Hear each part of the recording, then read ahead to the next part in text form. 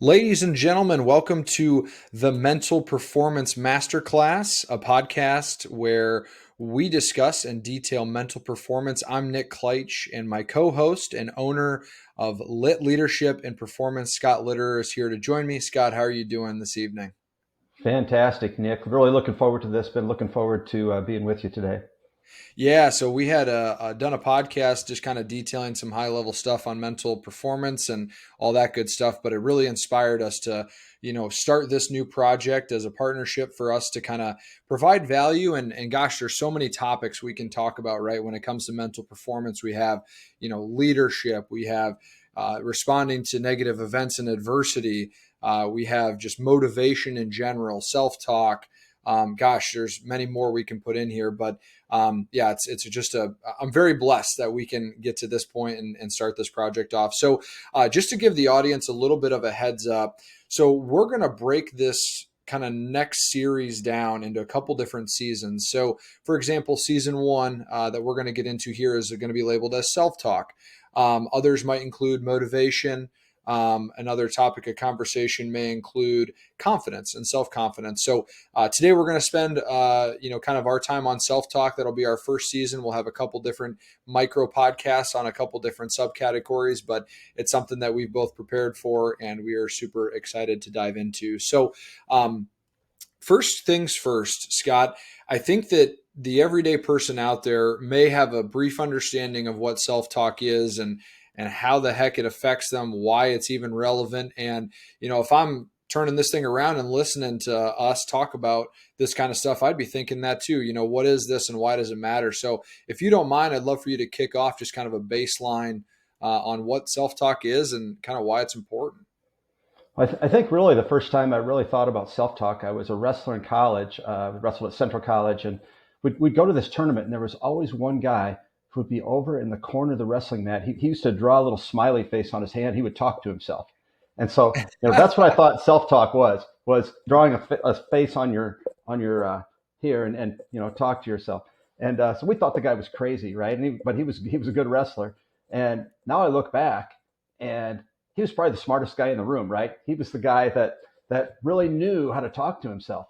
And we say a lot of times when we're coaching our athletes, don't listen to yourself, talk to yourself, because we have the research I've looked at shows that we have up to 60,000 thoughts a day, and 45,000, 75% of those are negative thoughts. Mm. And 90% of these thoughts are thoughts that we repeat, right? We repeat the same thought over and over. We have thought cycles that are going on in our heads all the time. And when I first heard those statistics, I thought, no way, that's impossible. But when you start understanding how much quicker our subconscious mind works than our conscious mind, you understand how that's actually possible. And so self-talk are just that constant stream of thoughts that are coming into your head. I think actually, Nick, on our last podcast, you talked about it as being kind of a wave of thoughts, and you have to learn how to surf the wave, right? And so Absolutely. that's really what I'm talking about, those constant thoughts that are coming into your head, not only unintentionally, but then also what we're going to talk about is how do I intentionally impact those thoughts so that they work for me and not against me. Yeah, wonderful, wonderful way to lay out that information. And just to give a quick maybe case study on that, let's say you're driving to work every day and maybe you drive by a sign or listen to a song and that triggers, a thought, whether positive or negative, and maybe that thought is associated with other people. And you think to yourself, oh my gosh, like I just thought about this yesterday, or why do I stay on this? Or unfortunately, maybe you're beating yourself up, if something doesn't go well at work or what have you. So one of our goals is to really tie in this to everyday kind of occurrences, but just really kind of marinate in that for a little bit in terms of 60,000 thoughts a day, and way over half of those are negative and reoccurring. So it takes a lot of mental effort to get to the positive side of things. It takes a lot of mental effort to kind of groom ourselves to respond positively to negative events, which we'll get into here just a little bit. So thank you, Scott, for detailing that a little bit. And another thing I like to put forth on just this self-talk concept is something I got from Emotional Agility. It's called an unreliable narrator. And essentially the author in that details how you just kind of got this constant stream of thoughts. And imagine writing all those down, as they come up and going back and circling about half or more than half. And unfortunately, they may be negative. So hopefully this kind of sets the stage for you, the listener, to kind of understand where we're headed with this. And this is why we think it's important to talk on it. So let's dive right in. So one thing we wanted to hit on right away is just the ability to respond to short-term negative events. So I'll probably turn it back over to you here, Scott, and just kind of talk on what a short-term negative event is and how we can respond to that and kind of work our way through a self-talk in that situation. Well, a short-term negative event might just be a comment that somebody makes to you, right? It might be your spouse might say something to you that might trigger you or might upset you. Could be one of your kids. If you're a kid, it could be your parent. It could be a coach. It could be a neighbor. It could be your uncle at the Thanksgiving dinner table makes some type of political comment that might trigger you a little bit. And so, learning how to respond well to those situations is so important in our lives. And I'll give you an example for me. And when my wife and I are maybe, we're kind of sideways on something, or maybe not agreeing on something, and she says something that might, maybe not make me feel all warm and fuzzy inside, I've learned that my best response is probably to keep my mouth shut, right? First of all, and maybe it's just take a deep breath, depending on where I'm at.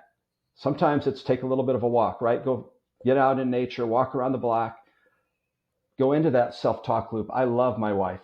I want to respond well to my wife. I want to make sure my response reflects my love for her. And Mm. my initial reaction probably would not sound very loving. So that's an example of kind of planning out, okay, I'm going to take a deep breath when that happens. When I feel myself being triggered emotionally, I'm going to take a deep breath, maybe even take a short walk, and come back with a much better response. And that response gets better based on what I tell myself while I'm on that walk. And that's where I think you can really use self-talk to improve your relationships and your life. So good. So good. Yeah. And think about this for a second, folks. How often do we have these short term negative events in a daily or weekly basis, right? We're not talking about the majors here. We're just talking about getting cut off in traffic, maybe getting a comment thrown your way from a coworker. All these things can come from the external and come to the internal. And what we're really trying to package here is, and this is a great piece from Viktor Frankl's Man's Search for Meaning, talks about your ability to respond.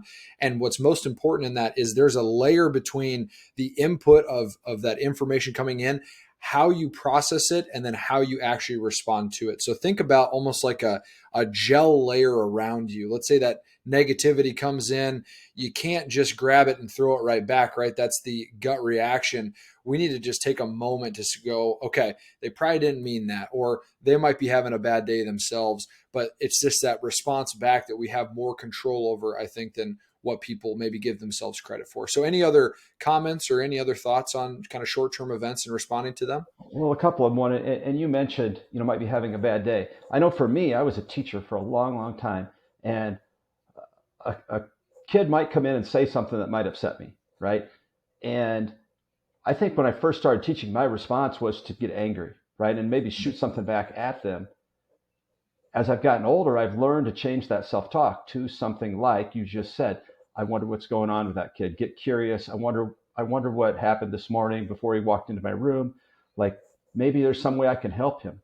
Instead of being angry and shooting something back at him, my self-talk is saying, no, how can I help him have a better day? How can I make sure that I respond in a way that not only improves my relationship with that kid, but also makes his day better? And I think, you don't have to be a teacher to be able to use that type of thought pattern to respond better to people. Yeah, absolutely. And last kind of point there, I'll throw in, mental toughness is also being kind of subconsciously spoke about here in the sense that we can't be an adult, a successful adult in the world and be triggered so easily. That's maybe another way to frame it is how mentally tough are you? Is one comment from some person that you barely talk to going to really set you off for the rest of the day, right? We have to learn how to have some thick skin out there in addition to these tools to be very effective in the world. Because if you want to be a high level person, if you want to be very successful, you're going to get some flack from some people and you're going to have some negative events events, come in your life. And again, I think that response piece is so critical.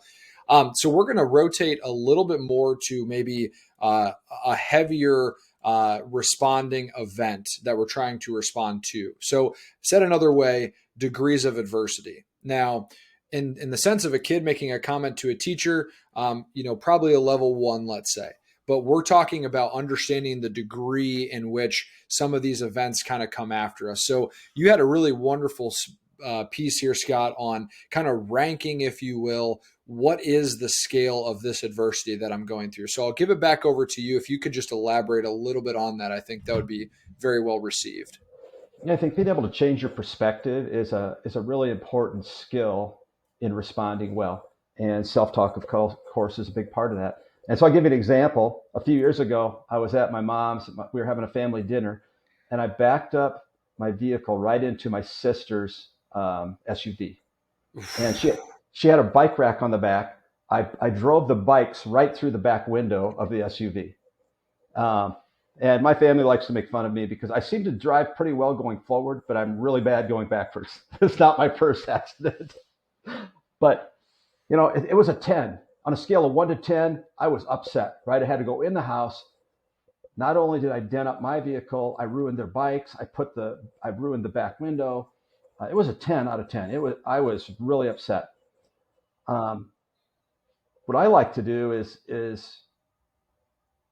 take some time to think about, this is a 10 today, but how bad will I feel about this tomorrow? Right. Once we've Mm, called the insurance, once, we're kind of getting things sorted out, the emotions are gone. What's it going to be like tomorrow? Tomorrow, it might only feel like an 8. Okay. How about next month? How about a month from today? Let's just, again, this is like time travel. I would call this. I'm going to zoom ahead from a month from today. How bad will today's event, what would I rank it a month from today? Maybe then it's only going to be a 2. mm, Um, how about on the day of my daughter's wedding and I'm walking her down the aisle? How big was that accident? How big will that accident seem on that day? mm.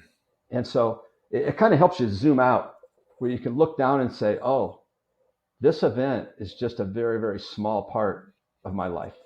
Is it a Yeah, negative event? Yes, it is. But absolutely. And just to chime in a bit on that, to really kind of label, if you will, what you're talking about is we're talking literally tactically, this is what you would do, right? You're in the chaos right now. You backed into the car. I mean, that's an instant moment of a 1 to 10. You're like, oh shit, this is not a good situation. So it's in that moment that you're able to share and use exactly what you just did. Take a moment, like you said earlier, to breathe, to yeah. process, and then work in this mental exercise. That's why we And, felt, valuable to talk about this. Go ahead. yeah, Sorry. and for me, honestly, that day I probably went in and talked to my sister first.